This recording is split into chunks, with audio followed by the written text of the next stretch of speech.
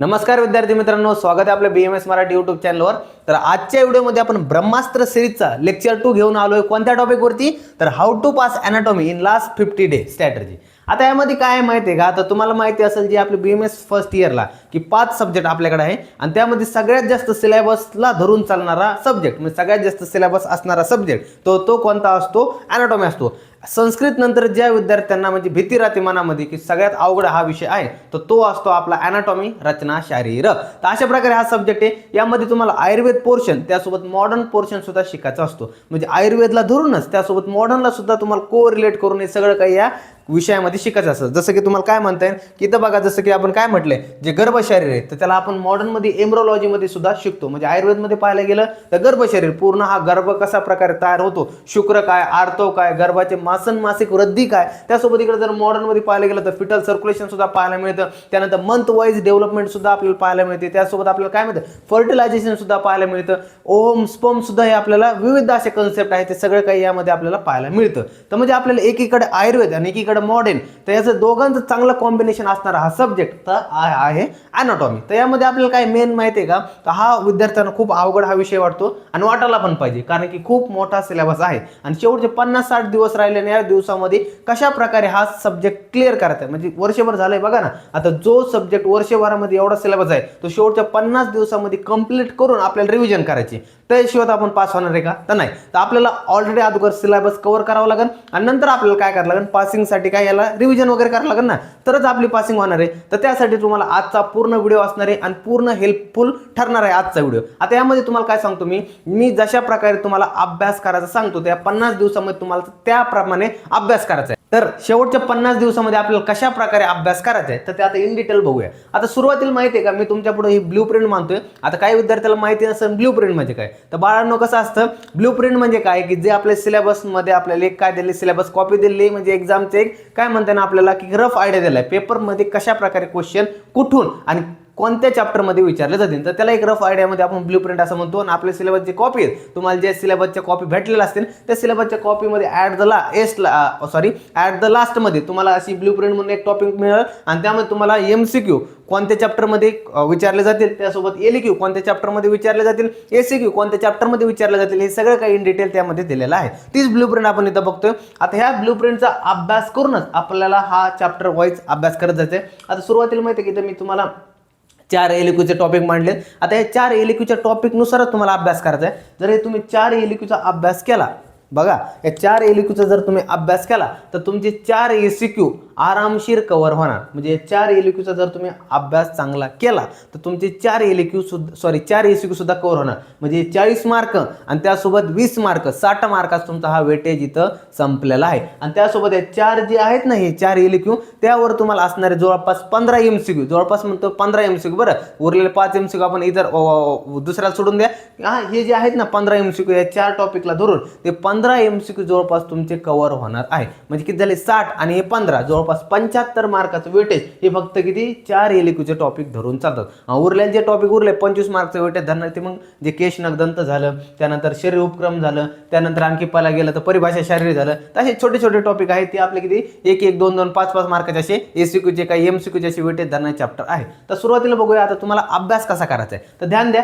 सुरुवातीला काय करायचं आहे तुम्हाला, जो आपला पहिला चॅप्टर आहे गर्भशरीर आणि एम्ब्रोलॉजी। आता हा पहिला LQ ला आपल्याला और दिलेले हे 2 चॅप्टर आहे। यामध्ये आपल्याला गर्भशरीर एम्ब्रोलॉजी सुरुवातीला काय करायचं, तुमचा वर्षभर जरी अभ्यास नसेल तर आता अभ्यासाला लागायचं, कारण की आपले पेपर जवळ आले आहे। डोळ्यापुढे ठेवा, आपले पेपर जवळ आले। तुम्ही वर्षभर काही केलं असं नाही, किती मजा केली, काही केला, किती अभ्यास केला, काय डझंट मॅटर। आता शेवटी तुम्ही काय करता हे तुम्हाला शेवटी मॅटर करणार आहे। वर्षभर तुम्ही अभ्यास जरी केला असला ते तुम्हाला प्लस मध्ये असाल, पण आता वर्षभर जर नसला अभ्यास केला तर शेवटचे 2 महिने तुम्ही अभ्यास करून हा विषय क्लिअर करू शकता। फक्त शेवटचा चान्स आहे बरं। आता जर चान्स गेला तर शेवटी तुम्हाला मग पस्ताव्याशिवाय दुसरं काही राहणार नाही। त्यामुळे ध्यान द्या। आता सुरुवातीला बघा काय आपल्या गर्भशरीर हा LQ ला टॉपिक दिलेला आहे आणि त्याला और एम्ब्रोलॉजी दिलेला आहे। तर आता बघा गर्भशरीर जो आहे ना चॅप्टर, तर तुम्हाला काय करायचं, हा गर्भशरीर कंप्लीट करायचा आयुर्वेद मध्ये आणि त्यासोबत जो मॉडर्न मध्ये दिलाय एम्ब्रोलॉजी, तर हा एम्ब्रोलॉजी तुम्हाला काय करायचं, कव्हर करायचा। म्हणजे जवळपास तुमचं काय होईल इथं 2 म्हणजे 1 LQ टॉपिक संपून जाईल। फक्त तुम्हाला काय करायचं, आयुर्वेदचा गर्भशरीर कंप्लीट करायचा आहे आणि मॉडर्नचा एम्ब्रोलॉजी करायचा आहे। झाले 10 मार्क हातात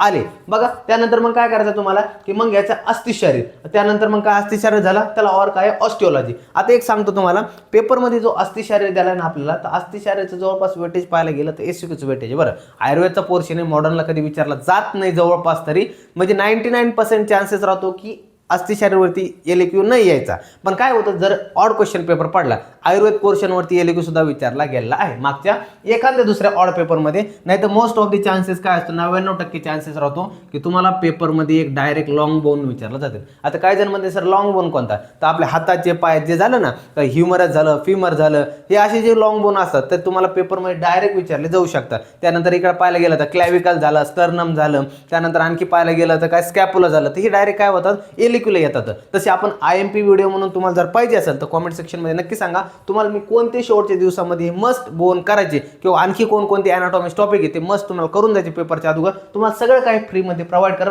फक्त कॉमेंटमध्ये सांगा की सर आम्हाला ह्याची पाहिजेचा व्हिडिओ बनवा, बनवून टाकेल व्हिडिओ. त्यांना काय विद्यार्थी फक्त तुम्हाला पाहिजे असेल तर नक्की सांगा. आता बघा हे झालं ऑस्टिओलॉजी. आता हे दोन जर टॉपिक केले, ऑस्टिओलॉजीमध्ये तुम्हाला बोन वगैरे कव्हर करायचे आणि अस्थिशारीमध्ये तर काही नाही एवढं काय, अस्थिचे प्रकार वगैरे दिले, अस्थिची व्याख्या वगैरे सांगून अस्थिचे प्रकार वगैरे दिले. हे तुम्हाला दोन टॉपिक चांगले करायचे, जवळपास तुमचे 10 मार्क इथं पण कव्हर होऊन देतील. 10 मार्क इथं झाले, 10 मार्क इथं झाले. तर नंतर काय घ्यायचं तुम्हाला, संधिशारी घ्यायचं. मग घ्यायचं संधिशारी जे काय आपले जॉईंट दिले, मग संधीची व्याख्या सांगून संधीचे प्रकार वगैरे सांगा. हे झालं संधी. यावरती कसं असतं चान्सेस एसक्यूच यायचं बरं, चान्सेस असतं मोस्ट ऑफ दी. त्यानंतर स्नायूवरती पण काय जवळपास एलक्यू एकदा पडलेला आहे, चान्सेस आहे बरं, एकदा पडलेला आहे एलक्यूवरती. म्हणजे रेअर केस कसे असते, जेव्हा पेपर ऑड पडतं तेव्हा हे संधिशारी झालं, संधी सांगून संधीचे प्रकार वगैरे सांगा, एलक्यूला विचारला गेला आहे, हा सुद्धा ऑडमध्ये विचारला गेला आहे. स्नायू सांगून स्नायूची म्हणजे काय स्नायूचं पूर्ण विचारलं जातं की स्नायूची संख्या काय नाही, तर स्नायू वगैरे एलक्यूला सुद्धा विचारला गेला आहे. आणि 99% चान्सेसमध्ये विचारला जातो की एक तुम्हाला डायरेक्ट जॉईंट विचारला जाईल की डायरेक्ट एक जॉईंट सांगा, हिप जॉईंट सांगा, शोल्डर जॉईंट सांगा, एल्बो जॉईंट सांगा, नी जॉईंट सांगा. मागचे 2 क्वेश्चन पेपर झाले त्यामध्ये 2-3 म्हणा, तर त्यामध्ये तुम्हाला डायरेक्ट जॉईंट पाहायला मिळेल की कोणता एखादा joint, shoulder most of the हात काय होतं की कोरिलेशन असतं बरं का. तुम्हाला एक सांगतो की जर वर जर विचारला गेला, काय विचारला, ह्युमरस विचारला गेला, तर मग जॉईंट कोणता टाकणार तुम्हाला सांगतो, तर पायाचा जॉईंट टाकणार, असं रिलेशन असतं. जर म्हणजे अप्पर लिमचा जर विचारला गेला बोन, तर लोअर लिमचा काय असणार जॉईंट. जर लोअर लिमचा काय विचारला जॉईंट, म्हणजे सॉरी लोअर लिमचा जर बोन विचारला तर अप्पर लिमचा काय येणार जॉईंट येणार. म्हणजे असं कोरिलेशन असतं बरं का, 99% चान्सेस. पण पेपर जर ऑड पडला तर त्यामध्ये म्हणजे काही पण टाकू शकता. पण नॉर्मली बघा असं रिलेशन तुम्हाला पाहायला मिळेल. कोणतेही क्वेश्चन पेपर उचलून बघा, त्यामध्ये जर पाहायला गेलं तर जर काय पडला, फिमर पडला समजा, तर फिमर पडला तर मग कोणता ना शोल्डर जॉईंट येणार. जर ह्युमरस पडला तर नी जॉईंट पडलेला असेल किंवा हिप जॉईंट पडलेला असेल, किंवा मग खाली पाहायला गेलं तर अँकल जॉईंट वगैरे असे सुद्धा पाहायला मिळालेत. तर असे हे कोरिलेशन असतं. तुम्हाला नंतर सगळं काही इन डिटेल सांगाल, फक्त अभ्यास कसं करायचा ते तुम्हाला सुरुवातीला सांगतो.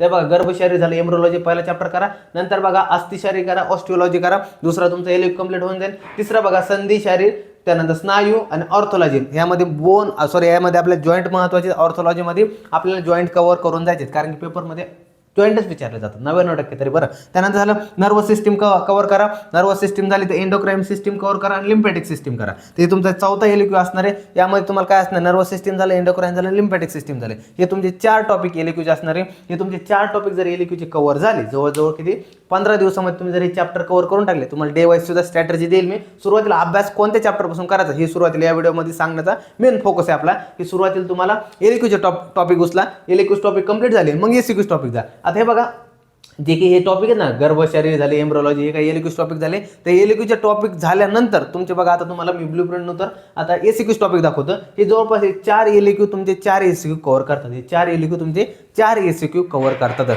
म्हणजे एक 40 आणि पुढचे 20, 60 मार्कातून जवळपास कव्हर होईल. तर बघूया आता हे झाले एलक्यू. आता एसक्यूचे टॉपिक बघूया आपण. तर आत्ताच नुकते आपण काय पाहिलंय, तर आता एलक्यूचे टॉपिक पाहिले, आता एसक्यूचे टॉपिक कव्हर करूया. आता हे बघा सांगितल्याप्रमाणे बघा, आता सुरुवातीला जो म्हटलं होतं मी की गर्भशारी आणि ह्याचा काय एम्ब्रोलॉजीवरती एक एलक्यू आपला पहिलाच एलक्यू फिक्स असतो पेपरमध्ये. तर तो दुसरा जो आहे एसक्यू बघा इथं, तेच जे तुम्ही गर्भशारी आणि एम्ब्रोलॉजी टॉपिक केला तर तुम्हाला तिकडे एलक्यू आणि इकडे एसक्यू सुद्धा कव्हर झाला. म्हणजे जवळपास 15 मार्कचं वेटेज आहे. त्यासोबत एक्स्ट्राचे 2-3 एमसीक्यू, समजलं. मग 17-18 मार्कचं वेटेज असणार असं चॅप्टर आहे. म्हणजे तुम्ही जर एलक्यूच टॉपिक कव्हर केला तर तुमच्यासोबत एसक्यू सुद्धा टॉपिक कव्हर होणार. झाला एक एलक्यू एक एसक्यू कव्हर झाला गर्भशारी एम्ब्रोलॉजी केल्यावरती, समजलं. नंतर बघा अस्थिशारी किंवा ऑस्टिओलॉजी. आता तुम्हाला जर काय म्हटलं मी, तिकडे जर बोन काय पडला, एलक्यूला जर पडला एखादा बोन, म्हणजे मॉडर्नचा बोन पडला, फिमर पडू द्या, काय म्हणतात क्लॅविकल पडू द्या, स्कॅपुला पडू द्या, स्टर्नम पडू द्या, काही पण पडू द्या, जर एक बोन पडला तर इकडे तुम्हाला एसक्यू मध्ये काय येणार बरं का, एसक्यू मध्ये डायरेक्ट येतात अस्थिची व्याख्या सांगून अस्थिचे प्रकार लिहा, किंवा एखादी तुम्हाला अस्थि असेल त्या अस्थीचं डायरेक्ट विचारतील अस्थिची व्याख्या आणि ती एक किंवा दोन अस्थिचे नाव येतील आणि ते तुम्हाला एक्सप्लेन करा. तर अशा प्रकारे तुम्हाला पेपरमध्ये डायरेक्ट काय येतात की तिकडे जर मॉडर्नला एलिक्यूला बोन पडला तर इकडे आयुर्वेदला तुम्हाला एसीक्यू मध्ये विचारला जाणार. आणि जर आयुर्वेद एलिक्यूला पडला, आयुर्वेद जर एलिक्यूला पडत तर नाही बरं, इन केस जर पडला तर तुम्हाला जे मॉडर्नचा असेल, मॉडर्नचा मग जो बोन असेल त्याचं काही तुम्हाला आयुर्वेदमध्ये म्हणजे त्याचं तुम्हाला काही एसीक्यू मध्ये विचारलं जाऊ शकतो. त्याच्या काही एखाद्या मसल अटॅचमेंट लिहा किंवा काही एखादं बोनचा काही स्पेसिफिक तुम्हाला एखादा पार्ट देतील की याबद्दल लिहा, अप्पर एंड लिहा, लोअर एंड लिहा. तर अशा प्रकारे तुम्हाला सुद्धा विचारलं जाऊ शकतं. ते बघा तुमचं सांगितल्याप्रमाणे काय आपला की जर गर्भशारीर आणि एम्ब्रोलॉजी केला तर तुमचं एक एलिक्यू एक एसीक्यू फिक्स होणार. अस्थिशारीर आणि त्यासोबत ऑस्टिओलॉजी केला तर तिकडे एक एलिक्यू आणि एक एसीक्यू सुद्धा कव्हर होणार. आता झालं. आता बघा दोन झाले तुमचे बरं का, आणखी आपले दोन एलिक्यूज टॉपिक राहिले ते सुद्धा खाली सांगतो तुम्हाला. आता बघा सुरुवातीला पहिला आपल्याकडे एसीक्यू येतो शरीर उपक्रमणीय आणि त्यासोबत परिभाषाशारी. आता जे शरीर उपक्रमणीय, आता या चॅप्टरमध्ये तुम्हाला काय सुरुवातीला काय बेसिक इंट्रोडक्शन वगैरे दिलं आहे की शरीर म्हणजे काय, शरीर म्हणजे काय, त्यानंतर मग असं थोडंफार दिलं आहे की मृत शरीर संशोधन वगैरे, त्यानंतर काय म्हणतात आपल्या षडंगत व शरीर वगैरे की शरीराचे 6 भागमध्ये डिव्हिजन कशा प्रकारे केलं आहे काय नाही आचारानुसार. त्यानंतर परिभाषाशारी हा निवड कायसाठी 2 मार्कचे भेटेल त्याला पेपरमध्ये आणि आपल्याला हा नुसता एमसीक्यूला विचारला जातो, दुसरा काही एमसीक्यू वगैरे या चॅप्टरवरती विचारला जात नाही. फक्त या चॅप्टरवरती एकदम सोपा चॅप्टर आहे, फुकटचे 5 मार्क हातातले. समजलं? हा चॅप्टर तुम्हाला करायचा. एलिक्यूचे झाले की मग हा एमसीक्यूचा टॉपिक उचलायचा तुम्हाला झाला. त्यानंतर हा तुमचा ऑलरेडी कव्हर झालेला असेल. जर तुम्ही 2 एलिक केले तर ह्यासोबत तुमचा हा कव्हर होऊन जाईल. नंतर बघा काय म्हटलंय, आता चौथा येतो आपला केश नख दंत. आता केश नख दंत यावरती हा 99% चान्सेस राहतो की हा याच्यावरतीच टॉपिक विचारला जाईल. म्हणजे जो आपला एसिक विचारला जाईल तो केश नख दंतावरती विचारला जाईल. 99% चान्सेस. बरं, रेअर केसमध्ये असती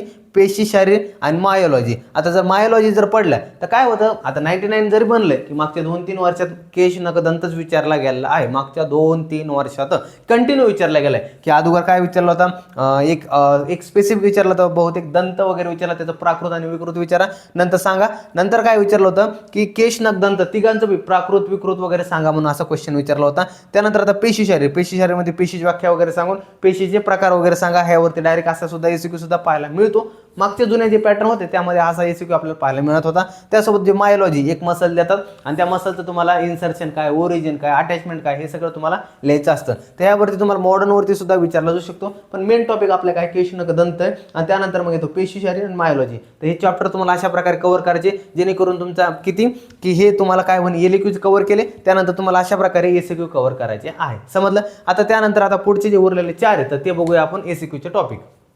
तर आता उरलेले आपण 4 जे एसीक्यू शेवटचे राहिले होते ते आता बघूया. आता यामध्ये बघा काय म्हटलंय, केश नख दंत, पुन्हा त्याला और त्याला पेशी शारीर आणि मायोलॉजी. मागच काय पाहिलं होतं, चौथा एसीक्यू होता आणि 5वा एसीक्यू हा दोन्ही कॉमन आहे काय, केश नख दंत, पेशी शारीर आणि मायोलॉजी. हे तुम्हाला 3 टॉपिक करायचे आणि 10 मार्क हातातले घ्यायचे. एक तुम्हाला काय विचारलं जाईल, केश नख दंत विचारला जाऊ शकतो आणि दुसरा एक तर मायोलॉजी म्हणजे एक तर पेशी शारीरवरती येईल किंवा मायोलॉजी, एक तर आयुर्वेद विचारते किंवा मॉडर्न येते. मी तुम्हाला काय म्हणतो की हा जो आहे ना तो 99% चान्सेस आहेत की ह्याला पेपरमध्ये विचारण्याचे. मग तुम्हाला 99% चान्सेस राहणार की पेपरमध्ये तुम्हाला केश नख दंत हा 2 मधला एक तुम्हाला दिसणार आणि जे एक चान्सेसमध्ये रेअर असू शकतं की एकदा पेशी शारीर विचारतील एकदा मायोलॉजी विचारतील. पण तुम्हाला 99% चान्सेस राहील की हा काय राहील की एका एसीक्यू मध्ये तुम्हाला दिसेल की केश नख दंत शारीर विचारणार म्हणजे विचारणार. आणि जो दुसरा एसीक्यू राहील जो 5वा समजा तर त्यामध्ये तुम्हाला एक तर पेशी शारीर किंवा मायोलॉजी. पेशी शारीर म्हणजे पेशीची व्याख्या सांगा आणि पेशीचे प्रकार सांगा. आणि मायोलॉजी जर तुम्हाला सांगितलं मोस्ट ऑफ यामध्ये चान्सेस जास्त मायोलॉजीला राहतं. बरं, 80% चान्सेस मायोलॉजीला राहतं, 20% चान्सेस पेशी शारीर राहतं. म्हणजे मायोलॉजीला का म्हणतो मी की आता क्लिनिकल बेस पेपर जास्त निघताय तर मग विद्यार्थ्यांचा किती ज्ञान आहे मसल्सवर, तर यावरती तुम्हाला चान्सेस पेपरमध्ये मायोलॉजीचा चांगला करून द्यायचे. ज्या काही मसल्स वगैरे असतील, शेवटी तुम्हाला मसल्स वगैरे सुद्धा IMP पाहिजे, कोणते शेवटी मसल्स करावा यावरती सुद्धा मी तुम्हाला व्हिडिओ देईन. पण कारण तुम्हाला जर पाहिजे असेल तर कॉमेंटमधून सांगा की सर आम्हाला मायोलॉजी वगैरे पाहिजे, तर त्यामध्ये तुम्हाला पेशीवरती मायोलॉजीवरती तर तुम्हाला IMP मसल सुद्धा मी देऊन टाकेल की एवढेच करा, मस्त याच्या बाहेर पेपरमध्ये येणार नाही. आज झालं. त्यानंतर बघा सांगितल्याप्रमाणे जो तो आपला काय तिसरा एलिक्यू होता, काय होता, संधी स्नायू आणि ऑर्थोलॉजी. मी तुम्हाला म्हटलं होतं ना की एक आपला जो काय हो ना एक बोन विचारणारे आणि एक जॉईंट फिक्स विचारणारे, एक बोन आणि एक जॉईंट एक पेपरमध्ये फिक्स असणारे. त्यामध्ये बघा जो आपला तिसरा एलिक्यू होता संधी स्नायू आणि ऑर्थोलॉजी. म्हणजे काय झालं, आपण तिकडे एम्ब्रोलॉजी पाहिलं, एम्ब्रोलॉजीला और काय होता, गर्भशरीर होता, हा एलिक्यू होता आणि हा एलिक्यूलाच एक एसिक्यू कव्हर केला होता त्यांनी. बरं, त्यानंतर आपला दुसरा काय येत होता जो की आपला जे काय आपला अस्थिशारीर होता त्याला आपण काय ऑस्टिओलॉजी म्हटलं होतं. त्यांनी एक एलिक्यू कव्हर केला आणि त्यासोबत काय एसिक कव्हर केला. जो तिसरा एलक्यू होता आपला संधी, स्नायू आणि ऑर्थोलॉजी होता. तर ह्याने काय केला, एक एलक्यू कव्हर सुद्धा केला आणि त्यासोबत काय केला, एक एसीक्यू सुद्धा कव्हर केला. म्हणलं ऐकलं का, म्हणजे तुम्ही जर 4 एलक्यूचे टॉपिक कव्हर केले तर तुमचे 4 एसीक्यू आरामशीर कव्हर होईल. मी जरी 4 म्हटलं तर आणखी एक ट्विस्ट आहे शेवटी, बघा काय सांगतोय. तर बघा जो चौथा आपला एलक्यू होता नर्वस सिस्टीम, एंडोक्राइन सिस्टीम आणि लिम्फॅटिक सिस्टीम, तर ह्यानी चौथा एलक्यू सुद्धा कव्हर केला होता. त्यासोबत इकडे काय केला, 7 नंबरचा जो एसीक्यू तो हा 3 टॉपिकनेच कव्हर केलेला आहे. म्हणजे आपल्या ह्यांनी काय केलं, की जो शेवटचा जो टॉपिक आहे नर्वस सिस्टीम, एंडोक्राइन सिस्टीम आणि लिम्फॅटिक सिस्टीम, तर यांनी चौथा एलक्यू कव्हर करत होते. त्यासोबत 7वा एसीक्यू आणखी एक मी सांगताना 4 सांगितले, जो 8वा एसीक्यू तो सुद्धा यांनीच घेतलेला आहे. म्हणजे नर्वस सिस्टीम, एंडोक्राइन सिस्टीम आणि लिम्फॅटिक सिस्टीम, तर यांनी काय केलं, एक एलक्यू आणि 2 एसीक्यू. म्हणजे जर तुम्ही एलक्यूचे टॉपिक चांगले आतापासून जरी करायला लागले तर तुमचे एक काय म्हणता येईल की 4 एलक्यू 40 मार्काचे आणि जे काही 5 एसीक्यू म्हटलंय, इथं 5 म्हटलंय, तर जे 5 एसीक्यू म्हटलंय तर 5 म्हणजे किती, 25 मार्क, ते 40 आणि हे 25, जवळपास 65 मार्काचं वेटेज.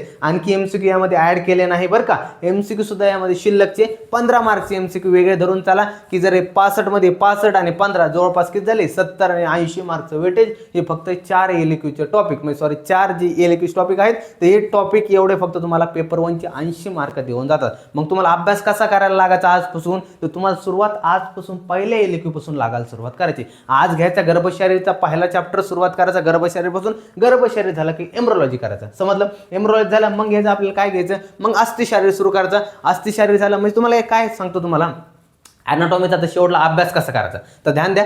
ॲनाटॉमी शेवटचा अभ्यास काय करायचं, एक सिंगल शीटचा काय घ्यायचा, एक पेपर घ्यायचा आपला, काय झेरॉक्सचा पेपर घ्यायचा. त्यामध्ये तुम्हाला काय करायचं, ही ब्ल्यू प्रिंट पूर्ण लिहून काढायची. बरं, पूर्ण हे ब्ल्यू प्रिंट लिहून काढायची. जे 4 एलक्यूचे टॉपिक आहे त्यासोबत 8 जे एसीक्यूचे टॉपिक आहे ते लिहून काढायचे आणि तुमचं जे काही स्टडी टेबल असेल तिथं ती चिटकवायची आणि पेपर 1 लिहून टाकायचा, रचना शरीर पेपर 1 किंवा ॲनाटॉमी पेपर 1. आणि यामध्ये तुम्हाला काय करायचं, जसं जसं तुम्ही डेली एक टॉपिक कव्हर होत चालता त्यापर्यंत तुम्हाला काय करायचं, टिक मार्क करायचे. आज केशनक दंतशारीर झाला, टिक केली. मग आज पेशी शरीर झाला, टिक केली. आज मायोलॉजी झाली, टिक केली. आज संधी शरीर झाला, टिक केली. नंतर स्नायू शरीर झालं, टिक केली. नंतर ऑर्थोलॉजी केली, टिक झाली. नंतर नर्वस सिस्टीम केली, टिक केली. असं करता करता तुम्ही टिक टिक करत जाताल तर तुम्हाला दिसत जाईल दिवसेंदिवस आपण किती प्रोग्रेस करत चाललोय. त्यासोबत आपले किती टॉपिक रिमेनिंग राहिले, आणखी आपण किती टॉपिक कव्हर केले, तर तुम्हाला एक आयडिया येऊन जाईल आणि त्यानुसार तुमचा आरामशीर अभ्यास सुद्धा होऊन जाईल. जसं माणसाचं काय होतं, टॉपिक क्लिअर होत चालतात ना, म्हणजे कव्हर होत चालतात, तर तसं माणसाला कॉन्फिडन्स येत चालतो की नाही माझ्याकडून होणार आहे, मी करणार आहे, माझ्याकडून होणार आहे. तर त्याप्रमाणे सांगतो तुम्हाला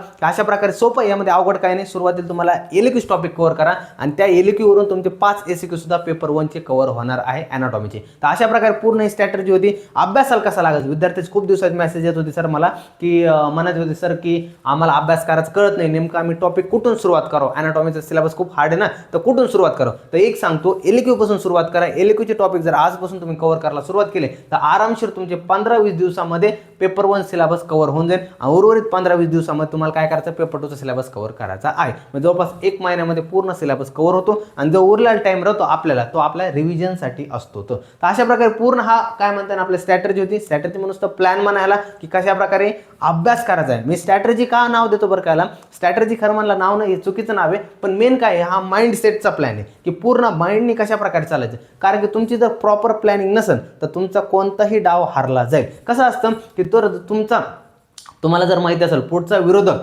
किती तुमच्यापेक्षा हुशार आहे, म्हणजे काय मस्त कोणत्याही जर युद्धामध्ये गेलं, तुम्हाला जर तुमच्या विरोधकाचं बल जर माहिती असेल ना, तर तुम्हाला काय होतं, ती केस तुम्ही ते युद्ध आहे तर तुमचे चान्सेस राहतं की तुमचे 50% चान्सेस जिंकण्याचे. एक तर 50% तुम्ही जिंकताल किंवा 50% हारताल. पण तुम्हाला जर विरोधकाचं तुम्हाला माहितीच नाही की विरोधक किती पॉवरफुल आहे, किती काय म्हणताय ना आपल्याला की किती तो तयारीत बसलाय, तर तुम्हाला जर हे माहिती नसेल तर तुम्ही 100% हारणार आहे, हे आजपासून गॅरंटी धरून चालायचं असतं. तर त्यामुळे काय व्हायचं, पूर्ण प्रॉपर प्लॅनिंगने कशा प्रकारे क्वेश्चन पडलेले आहेत, कशा प्रकारे क्वेश्चन विचारले जाऊ शकतात, मागचे 3-4 वर्षाचे PYQचे ॲनालिसिस करायचं. जर ॲनालिसिस नसेल करायचं तर आपल्या यूट्यूब चॅनलवरती ऑलरेडी व्हिडिओ सुद्धा अवेलेबल आहे, ते सुद्धा तुम्ही बघू जाऊ शकतात. किंवा व्हिडिओ पाहिजे असेल तर आपल्याला कॉमेंटमध्ये सांगा, तुम्हाला यावरती सुद्धा व्हिडिओ भेटून जातील. तर अशा प्रकारे टोटल असा हा प्लॅन होता कशा प्रकारे अभ्यास करायचा ॲनाटॉमी पेपर 1चा. व्हिडिओ आवडला असेल चॅनलला लाईक शेअर सबस्क्राईब करा. आणि ह्या सिरीजचा आपला दुसरा हा लेक्चर आहे ब्रह्मास्त्र सिरीजचा. ही सिरीज जास्तीत जास्त विद्यार्थ्यांना शेअर करा, जे की फर्स्ट इयरला त्यांचा सुद्धा फायदा होऊ द्या. कारण की होतंय चांगल्याच, म्हणजे एखाद्याच चांगलं होतं तर नक्की चांगलं करा, कारण की देव सुद्धा तुमचं चांगलं करेल. कर्मावरती विश्वास ठेवा, स्वतःच्या कर्म करताल तर तुम्हाला नक्की एक दिवस फळ भेटणार आहे. त्यामुळे आतापासून अभ्यासाला लागा, वेळ गेलेला नाही. वर्षभर जरी माझ्या मस्ती जरी केली असली तर तुम्ही शेवटी नक्की पास होणार आहे. शेवटचे 2 महिने मॅटर करतं, वर्षभर तुम्ही अभ्यास केलाय की नाही, पण शेवटचे 2 महिन्यामध्ये जर तुम्ही अभ्यास चांगला केला असेल तर तुमची 100% पासिंग होणार आहे. जर या शेवटच्या 2 वर्षामध्ये, शेवटच्या 2 महिन्यामध्ये जर तुम्ही चांगला अभ्यास नाही केला तर तुमचं मग असो झालं. आजच्या व्हिडिओसाठी एवढंच कंटेंट होता. व्हिडिओ आवडला असेल तर मला कॉमेंटमध्ये सांगाच, आणि त्यासोबत पार्ट 2 जर पाहिजे असेल पेपर 2 बद्दल तर कॉमेंटमध्ये नक्की सांगा सर, पार्ट 2 वर सुद्धा व्हिडिओ बनवा, यावर तुम्हाला सुद्धा व्हिडिओ भेटून जाईल. तर चालतंय, व्हिडिओमध्ये पुढच्या व्हिडिओमध्ये, तोपर्यंत धन्यवाद.